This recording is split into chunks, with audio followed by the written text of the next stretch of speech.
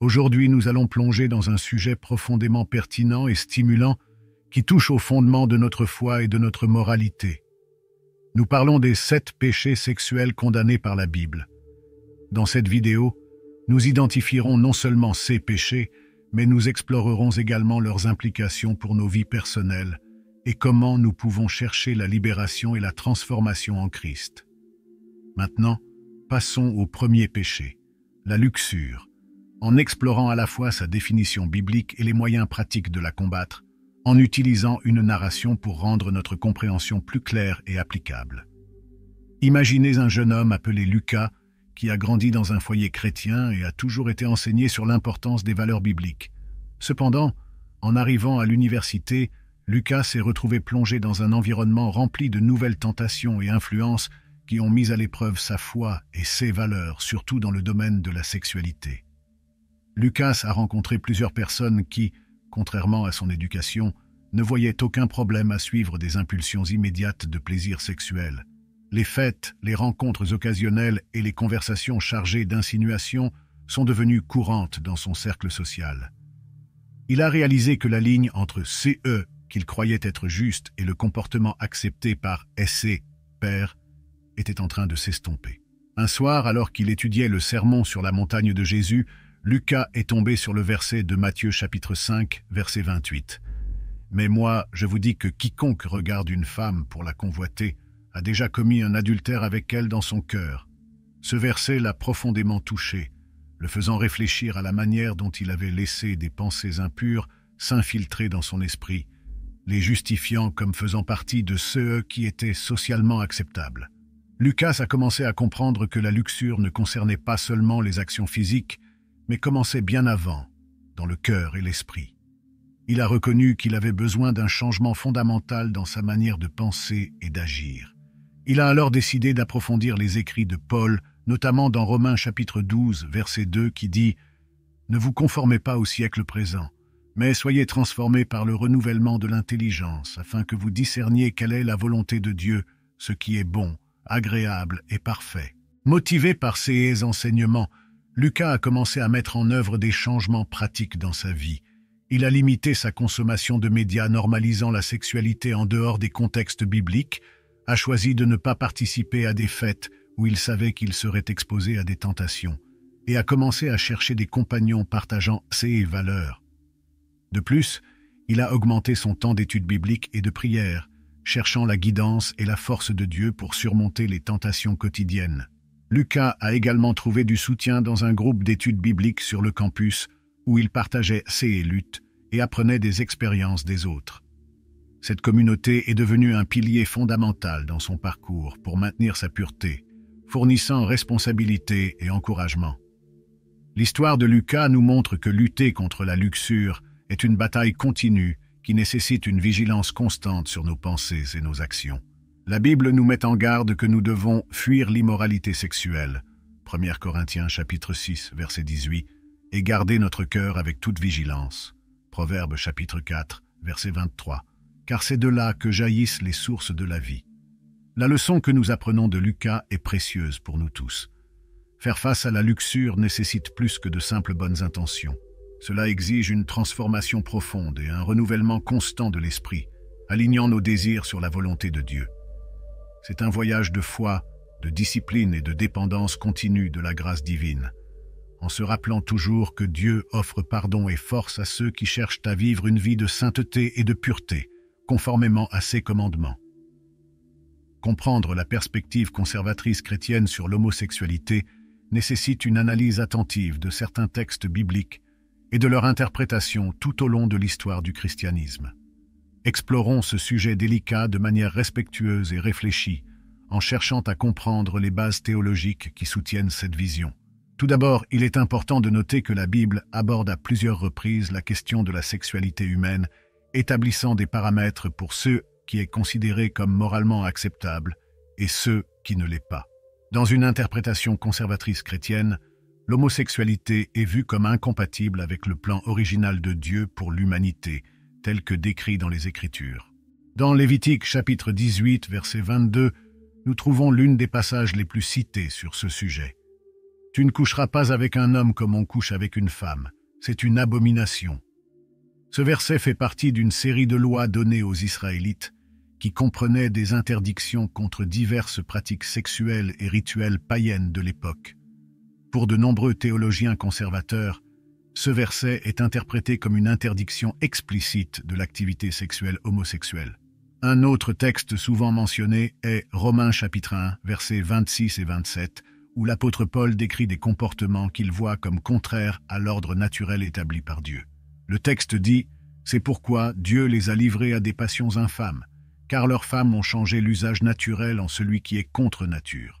Et de même les hommes, abandonnant l'usage naturel de la femme, se sont enflammés dans leur convoitise les uns pour les autres, hommes avec hommes, commettant des actes infâmes et recevant en eux-mêmes le salaire qui était dû à leur égarement. » Pour de nombreux chrétiens conservateurs, Paul identifie clairement et condamne les relations homosexuelles. Il est cependant crucial d'aborder ce sujet avec une compréhension que l'interprétation biblique peut varier considérablement entre différentes traditions et communautés chrétiennes. Alors que certains interprètent ces textes comme des condamnations claires de l'homosexualité, d'autres soutiennent que ces versets doivent être compris dans leurs contextes historiques et culturels spécifiques qui diffèrent grandement du contexte moderne. Au cœur de la perspective conservatrice se trouve la croyance que la conception divine de la sexualité humaine est fondée sur la complémentarité entre l'homme et la femme, destinée aussi bien à la procréation qu'à la représentation symbolique de la relation entre le Christ et l'Église, comme exploré dans Éphésiens 5. Pour ceux qui éprouvent une attirance pour le même sexe et cherchent à vivre selon les principes chrétiens conservateurs, de nombreuses communautés offrent un soutien et des conseils, mettant l'accent sur l'identité en Christ au-dessus de toute autre identité sexuelle. Ces communautés mettent l'accent sur l'amour, l'acceptation et la compassion, tout en adhérant à leurs convictions théologiques. Parler de ces questions peut être difficile, mais c'est important pour construire des ponts de compréhension et de respect mutuel. L'approche doit toujours être faite avec grâce et vérité, reconnaissant la dignité de chaque personne comme image de Dieu et cherchant la guidance dans la prière et les Écritures pour vivre une vie qui reflète l'amour et la sainteté de Dieu. Maintenant, parlons de l'adultère. Comprendre la gravité de l'adultère du point de vue biblique est fondamental pour la santé spirituelle et émotionnelle des chrétiens, en particulier ceux qui sont dans des relations matrimoniales. La Bible condamne non seulement clairement l'adultère, mais discute également largement des implications morales, spirituelles et sociales qu'il entraîne. Explorons ce sujet en détail, en tenant compte de la théologie, de la moralité et des pratiques qui peuvent protéger et guérir les relations affectées par ce péché. L'interdiction de l'adultère est clairement exprimée dans les 10 commandements énumérés dans Exode chapitre 20, verset 14. « Tu ne commettras pas d'adultère ». Ce commandement est répété à plusieurs reprises dans les Écritures, montrant son importance transversale dans les textes sacrés. Dans la tradition judéo-chrétienne, l'adultère est compris non seulement comme une transgression contre le conjoint, mais aussi contre la communauté et contre Dieu, qui a établi le mariage comme un pacte sacré. Jésus-Christ élève la compréhension de l'adultère dans le Sermon sur la montagne, mentionné précédemment, en indiquant que même le désir lubrique constitue un adultère du cœur. Cela reflète l'idée que la fidélité dans le mariage n'est pas seulement physique, mais aussi mentale et émotionnelle. Ainsi, la pureté de cœur devient un idéal que les disciples du Christ doivent poursuivre. Historiquement, l'adultère était considéré comme un crime grave, souvent sévèrement puni dans de nombreuses sociétés influencées par la Bible. Cela est dû à la valeur extrêmement élevée accordée à la famille en tant qu'unité de base de la société. Un acte d'adultère pouvait déstabiliser la structure familiale, entraînant des conséquences sociales négatives telles que des conflits entre familles et des questions d'héritage. Spirituellement, l'adultère est considéré comme un péché qui crée une barrière entre l'individu et Dieu. En termes de vie de prière et de communion avec Dieu, la présence de péchés non confessés et non abandonnés tels que l'adultère peut sérieusement affecter la relation du croyant avec Dieu. En psychologie chrétienne, le repentir et la confession sont considérés comme des étapes cruciales pour la restauration de cette communion. Émotionnellement, l'impact de l'adultère est dévastateur. Il érode la confiance, qui est l'épine dorsale de toute relation matrimoniale. La découverte de la trahison peut entraîner un long processus de douleur, de colère, de ressentiment et souvent de divorce. Cependant, la Bible parle aussi de pardon et de restauration. Des passages comme l'histoire d'Osée, qui est instruit par Dieu de pardonner et de restaurer son mariage avec une épouse adultère, illustrent la possibilité de rédemption et de guérison, même dans les situations les plus douloureuses. Prévenir l'adultère nécessite un engagement actif envers la transparence et l'intégrité dans le mariage. Des mesures pratiques peuvent inclure l'établissement de limites claires avec le sexe opposé, consacrer du temps de qualité ensemble en tant que couple et maintenir une communication ouverte et honnête sur les besoins et les préoccupations. Pour les couples confrontés à la réalité de l'adultère, la guérison est possible, mais nécessite généralement du temps, de la patience et un counseling professionnel. La thérapie de couple, de préférence sous une approche respectueuse de vos valeurs spirituelles, peut être cruciale. De plus, le soutien de la communauté de foi peut fournir l'encouragement et la responsabilité nécessaires pour le processus de restauration. En conclusion, l'adultère est un sujet complexe et chargé de significations profondes tant pour l'individu que pour la communauté. L'approche biblique de l'adultère, qui met l'accent à la fois sur la gravité du péché et sur la possibilité de pardon et de restauration, offre une perspective équilibrée qui cherche à préserver la sainteté du mariage tout en reconnaissant la capacité humaine à l'erreur et le besoin de compassion. La compréhension de la fornication dans le contexte théologique chrétien est une question qui se déploie à travers l'analyse des Écritures et la compréhension de comment ce comportement affecte non seulement l'individu, mais toute la communauté de foi. Traditionnellement, la fornication est définie comme toute activité sexuelle pratiquée en dehors des limites du mariage. Ce concept est large et inclut tout, des relations sexuelles prémaritales à d'autres formes d'intimité physique non sanctionnées par le mariage. Dans les Écritures, nous trouvons plusieurs passages qui abordent directement la question de la fornication. L'un des plus directs se trouve dans 1 Corinthiens chapitre 6, versets 18 à 20, où l'apôtre Paul met en garde les Corinthiens de fuir la fornication. Paul soutient que, contrairement à d'autres péchés, la fornication est un péché contre le propre corps, qui est le temple du Saint-Esprit. Il souligne l'importance d'honorer Dieu avec le corps, réitérant que les chrétiens ont été achetés à un prix, le sacrifice de Christ, et doivent donc glorifier Dieu dans leurs actions corporelles. La théologie chrétienne condamne la fornication principalement parce qu'elle contredit les Écritures qui promeuvent la sainteté et la pureté. Le sexe est considéré comme un don divin destiné à être apprécié dans les limites du mariage. Cette limite n'est pas seulement une norme arbitraire, mais un commandement conçu pour protéger les individus et la société des conséquences émotionnelles et spirituelles négatives que l'intimité sexuelle en dehors du mariage peut causer. De plus, le mariage est considéré comme une institution sacrée, un pacte devant Dieu qui reflète l'union entre le Christ et l'Église.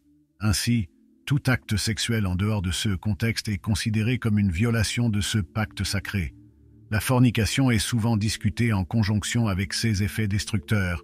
Sur le plan émotionnel, l'intimité sexuelle en dehors du mariage entraîne souvent des sentiments de culpabilité, de tristesse, et une rupture de confiance qui peut être dévastatrice. Les relations fondées ou imprégnées de fornication souffrent souvent d'instabilité, car elles manquent de l'engagement et de la sécurité que le mariage offre. La fornication comporte également des implications spirituelles, car elle crée une barrière entre l'individu et Dieu, interférant avec la communion spirituelle et la croissance dans la foi. L'Église, en abordant la question de la fornication, cherche non seulement à enseigner et à renforcer l'importance de la pureté sexuelle, mais aussi à offrir restauration et guérison à ceux qui ont été affectés par ces choix. De nombreuses communautés chrétiennes fournissent des conseils, un soutien spirituel et des programmes de récupération pour aider les individus à surmonter les conséquences de la fornication et à redécouvrir la joie d'une vie conforme aux principes bibliques. Ainsi, comprendre la fornication dans la théologie chrétienne, c'est comprendre un appel à la pureté non seulement comme une règle, mais comme une expression d'amour et de respect pour soi-même, pour autrui et surtout pour Dieu. C'est une invitation à vivre de manière à refléter la sainteté et l'amour divin, protégeant le bien-être spirituel, émotionnel et physique de tous les concernés. La masturbation, bien qu'elle ne soit pas mentionnée explicitement dans la Bible, est souvent classée comme péché dans de nombreux cercles chrétiens. Cette vision repose largement sur l'association entre la masturbation et la luxure, une condition clairement condamnée dans les Écritures. Pour explorer ce sujet en profondeur, il est essentiel de comprendre la perspective théologique sur la luxure et comment cela se rapporte aux pratiques de masturbation, ainsi que de considérer le contexte plus large de l'enseignement biblique sur la sexualité et la moralité.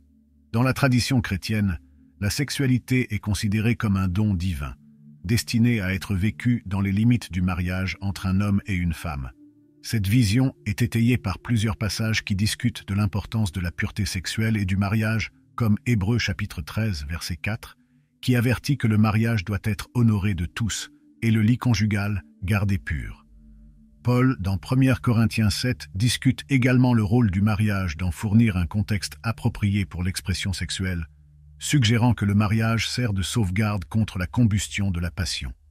La luxure, en revanche, est souvent discutée en termes de désirs incontrôlés qui poussent une personne à agir de manière immorale. Matthieu chapitre 5, verset 28 est particulièrement révélateur, où Jésus étend le concept d'adultère pour inclure non seulement l'acte physique, mais aussi la luxure dans le cœur. L'implication est que la sainteté sexuelle implique plus que le comportement. Elle englobe également nos pensées et intentions internes. La préoccupation concernant la masturbation dans de nombreux contextes chrétiens découle de l'idée que cet acte est presque inséparable de la luxure. Souvent, la masturbation s'accompagne de fantasmes sexuels ou de la consommation de pornographie, qui cultive clairement une attitude d'objectivation et de désir incontrôlé, contredisant les commandements de pureté mentale et physique. De plus, cet acte est considéré comme une expression d'auto-indulgence qui privilégie le plaisir personnel au détriment d'une expression relationnelle et engagée de la sexualité, comme le décrit le contexte matrimonial. La masturbation est également discutée en termes de ses implications spirituelles et émotionnelles. Spirituellement, cela peut créer une barrière entre l'individu et Dieu, car il implique des comportements qui peuvent devenir compulsifs ou obsessionnels, sapant l'autocontrôle, un fruit de l'esprit mentionné dans Galates. Émotionnellement, cela peut entraîner des sentiments de culpabilité et de honte, surtout si la personne croit qu'elle viole ses propres normes morales et spirituelles. Dans le contexte pastoral, le défi est d'aborder la masturbation, non pas avec jugement, mais avec compréhension et soutien.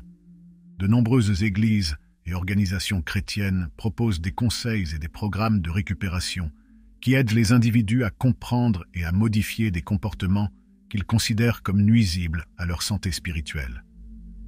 Ce programme se concentre souvent non seulement sur l'abstinence de certaines pratiques, mais aussi sur le développement d'une relation plus profonde et satisfaisante avec Dieu, considérée comme essentielle pour une véritable guérison et transformation. Ainsi, la question de la masturbation dans les cercles chrétiens est complexe et multifacette. Elle implique une intersection de doctrines bibliques, d'éthique personnelle et de santé spirituelle et émotionnelle. L'approche de ce sujet doit toujours chercher à équilibrer la vérité biblique avec l'amour et la miséricorde, reconnaissant que chaque individu fait face à des luttes uniques et que chaque voyage vers la sainteté est personnel et unique. La compréhension et la guidance aimante peuvent aider les croyants à naviguer dans ces questions délicates de manière à honorer Dieu et à promouvoir la croissance et la santé spirituelle.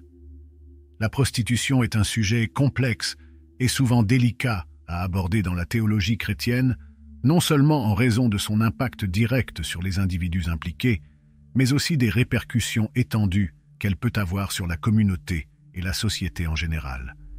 Explorons comment la Bible aborde ce sujet et pourquoi elle est considérée comme une pratique interdite et condamnée dans de nombreux contextes religieux. La Bible contient plusieurs passages qui condamnent la prostitution, mettant en avant ses conséquences négatives tant pour les individus que pour la communauté. Dans l'Ancien Testament, la loi donnée à Moïse était claire dans son interdiction de la prostitution. Lévitique chapitre 19, verset 29 instruit « Ne profane pas ta fille en la livrant à la prostitution. Le pays ne se prostituera pas et ne se remplira pas de méchanceté. » Ce verset non seulement condamne la pratique de la prostitution, mais associe également l'immoralité sexuelle à la corruption de la terre, indiquant comment les comportements sexuels désordonnés peuvent affecter la société dans son ensemble. Dans le Nouveau Testament, la question de la prostitution est également abordée, notamment dans des contextes qui discutent de l'immoralité. Dans 1 Corinthiens, Paul parle de l'incompatibilité entre unir le corps, qui est membre de Christ, avec une prostituée. Il argumente que les corps des chrétiens sont des temples du Saint-Esprit et doivent être préservés dans la pureté et la sainteté, loin des immoralités sexuelles. La prostitution est souvent vue comme une dégradation du don divin de la sexualité. Elle réduit l'acte sexuel à une transaction commerciale, le dépouillant de son sens spirituel et relationnel qui, selon la Bible, doit être exprimé dans le mariage. Une telle pratique peut conduire à une dévalorisation du sexe et du corps humain, les traitant tous deux comme des marchandises plutôt que comme des expressions sacrées de la création de Dieu. De plus, la prostitution peut avoir des effets dévastateurs sur la moralité personnelle, souvent accompagnés d'autres péchés tels que le mensonge, la tromperie et la manipulation. La pratique peut anesthésier le sens moral de l'individu, le conduisant à d'autres comportements destructeurs et à un éloignement progressif des voies divines. Du point de vue communautaire, la prostitution peut contribuer à la dégradation sociale, en favorisant la désintégration familiale et en augmentant la prévalence des maladies sexuellement transmissibles. De plus, elle implique souvent l'exploitation et les abus, les individus étant forcés à la prostitution contre leur gré, ce qui constitue une grave atteinte à la justice et à la dignité humaine. Dans la théologie chrétienne, la réponse à la prostitution ne se limite pas seulement à la condamnation. Il y a aussi un fort élément de rédemption et de restauration. Jésus-Christ, pendant son ministère, a interagi avec des prostituées et d'autres personnes marginalisées avec compassion et miséricorde, leur offrant une nouvelle chance de rédemption. La rencontre de Jésus avec la femme samaritaine en Jean 4 et sa défense de la femme surprise en adultère en Jean 8 sont des exemples puissants de la façon dont l'Évangile est aussi un message d'espoir pour ceux qui sont impliqués dans la prostitution. L'Église est appelée à être un espace d'accueil et de guérison, où ceux qui ont été affectés par la prostitution peuvent trouver une communauté qui les aide à restaurer leur identité et leur dignité. Cela implique à la fois un travail spirituel par la prière et le discipleship, ainsi qu'un soutien pratique, tel que des conseils et une aide pour trouver des alternatives d'emploi et de logement. En résumé, alors que la Bible condamne la prostitution en raison de ses impacts destructeurs tant pour l'individu que pour la société, le christianisme offre également un message de rédemption. Reconnaissant à la fois la gravité du péché et la possibilité de restauration, les chrétiens sont appelés à répondre à ces questions avec une combinaison de vérité morale et de compassion évangélique, en pointant toujours vers la transformation qui est possible à travers le Christ. L'inceste, la relation sexuelle entre membres proches de la famille, est un sujet abordé avec beaucoup de gravité dans la théologie chrétienne et est expressément interdit dans les Écritures en raison de ses conséquences profondément négatives, tant physiques que spirituelles. La Bible détaille non seulement les interdictions spécifiques contre l'inceste, mais elle met également l'accent sur la sainteté de la famille et la pureté des relations qui doivent exister au sein d'elle. La condamnation de l'inceste peut être trouvée de manière explicite dans le Lévitique, où une série de lois détaille les relations familiales qui sont considérées comme inappropriées pour le mariage ou les relations sexuelles. Ces lois ne sont pas arbitraires. Elles reflètent l'importance de la structure familiale dans la culture et la loi juive, servant à la fois à protéger l'intégrité de la famille et à garantir la santé et le bien-être de ces communautés. De plus, d'un point de vue spirituel, ces interdictions aident à maintenir la pureté du peuple qui a été appelé à représenter Dieu parmi les nations. L'inceste est considéré comme une distorsion de l'image divine dans la sexualité humaine. Selon la croyance chrétienne, chaque individu est créé à l'image de Dieu, et les relations sexuelles sont données comme un moyen d'exprimer l'amour, la fidélité et le partenariat au sein du lien sécurisé et sacré du mariage. Lorsque cet acte est perverti à travers l'inceste, il dégrade non seulement les individus impliqués, mais aussi l'institution même du mariage, qui est vue comme sacrée. Physiquement, l'inceste comporte des risques significatifs de malformations génétiques et de problèmes de santé résultant de la consanguinité. Ces préoccupations biologiques sont accompagnées de profondes questions psychologiques et émotionnelles, telles que les traumatismes et les troubles psychologiques, qui affligent souvent ceux qui ont été soumis ou exposés à des relations incestueuses. De telles relations violant les limites naturelles établies pour la protection et le développement sain de l'individu au sein de la famille. Spirituellement, l'inceste est particulièrement condamnable car il rompt les liens sacrés destinés à fournir sécurité et nourriture. La famille est conçue pour être un espace de croissance, d'apprentissage et de soutien émotionnel. Lorsque ces limites sont transgressées, l'environnement familial cesse d'être un refuge sûr, se transformant en un champ de mine de manipulation et d'abus, déformant ainsi l'image de l'amour et des soins qu'il devrait illustrer.